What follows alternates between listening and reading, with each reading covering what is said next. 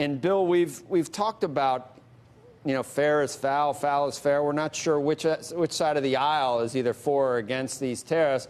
I mean, Chuck Schumer at some point seemed like he was saying, you know, stay tough on China. And when you were here, I mean, tariffs might not be the best way to approach things, but I guess there is a time and place in your view. Is this one of them with Mexico, or this is crazy?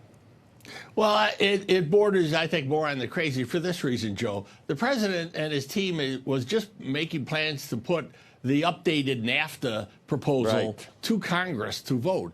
And then you come out yesterday not putting tariffs on because of some economic problem that was negotiated or not negotiated in the update of NAFTA, but because of a political problem around migration. And in the president's view, the Mexican government not doing enough to stop people from coming to the border.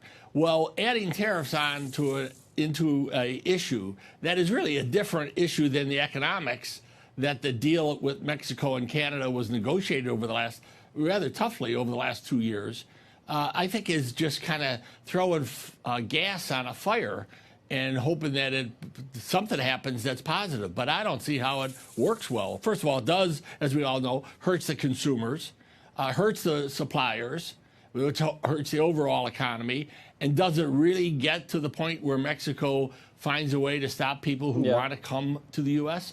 From crossing their country, too, sometimes, because it's their southern border that they're coming across. Let me ask you, you know, we always, we can talk, because we've known each other, and I can call you an old line Democrat that may or may not recognize this party that he's part of right now. So you do remember the days when Democrats talked about securing our border, and President Obama talked about it, and Bill Clinton talked about it. We've got the tapes, Bill. We've got the tapes. Yeah. And took actions to do that. Don't Pelosi and Congress share some of the blame here for being totally unwilling to talk about any way of stemming the flow? I mean, we've got some people that want Beto or Kamala. They don't even want borders. Maybe I'm overstating it. Doesn't have a job. I think that's a bit of an overstatement. I do think. Look, at the bottom line is nobody seems to be willing, and I know this may sound Pollyannish. If the president really wants to address this problem, and he is the president, put together a comprehensive immigration plan that will piss off your voters, and the Democrats have to piss off their voters, okay, in order to get something done. The rest of this is just silliness. Right. This is punting. I can't get anything done, so you deal with it, Mexico. Right. And the president, at one meeting with Congress, I remember maybe 6 months ago, opened the door to maybe doing something around people who are here, either a path to citizenship or at least a path to not being chased out in the middle of the night, people who've been here for years. And then he got beat up by the right, as a left would beat up somebody who wanted to compromise. But there's going to have to take some awfully strong, tough people led by the president. And I know this issue is good for him and his base to keep stoking it. Right. But, you know, we'll be sitting here 5 years from now talking about the same 20 million people that are here illegally. We share blame. I mean, both parties share blame in doing things for their base at this point. But you do sound Pollyannish to me, because there's no way that Democrats and the Speaker are going to give Trump anything between now and 2020. Isn't that the harsh reality? I do not agree with that, Joe. But it does take two to tango. I could say the same thing to you, which gets us nowhere. The president will never go close enough to Pelosi and the Democrats to make a deal because he will piss off his base. Okay. Everybody's to blame, nobody's to blame. Where are we? We're where we're at after Ronald Reagan did immigration reform, and worse off, okay? And everybody felt good about that, and they tried.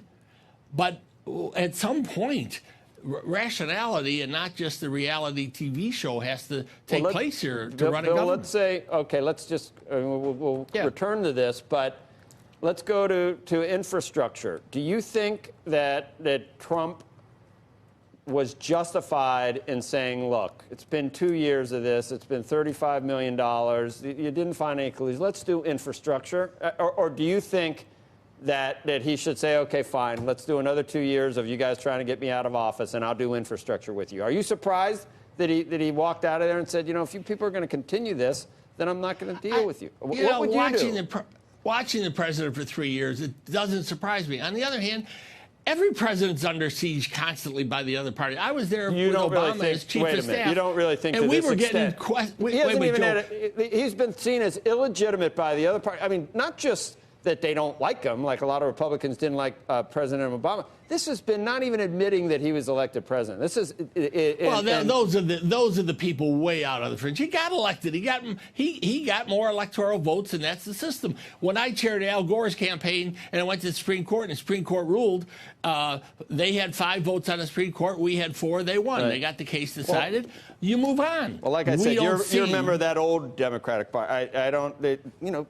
And you do have some media complicity. How about the old country? How about the old system of working together? Right. I get the politics of all that stuff, but this issue around immigration almost was done under George Bush and could have been done under George Bush. Okay? Then you had the Gang of Eight or whatever it is. They were reasonable people, rational people. Both sides in the last 8 years, and a lot of it started when the illegitimacy of people trying to illegitimize Barack Obama, and we went into downspin, and it's only gotten worse from trying to make Obama illegitimate, now trying to make Trump illegitimate. But hey, Bill, it's funny because I've got some of the people that I remember, I've been here so long, that I've got people that thought George W. Bush was Satan on that side of the aisle. And now they're writing it down, and I'm going, wait. Who's Satan? Is it? Are they co-Satans, Trump and George W.? I mean, it goes back all the way, to the Bush years too. Remember? I mean, people forget we're all talking about impeachment. The Congress did impeach Bill Clinton on a perjury, one perjury charge. I'm going to one up you all. Who was before him? I'm trying to remember who was before him. I guess it was the first H.W. But H.W. was before that and that time. All right, Bill. Well, but the bottom line, do you think between now and June 10th that he snatches some safety valve that says, okay, they've agreed to do this, and there's going to be fewer people coming across from. I do, because these tariffs will go at least geographically, the states that are extremely important to Trump next year. Michigan, Ohio, right. Indiana to a degree. And I don't think the bottom line is he's not going to screw around with putting those in greater play than they may already be in play.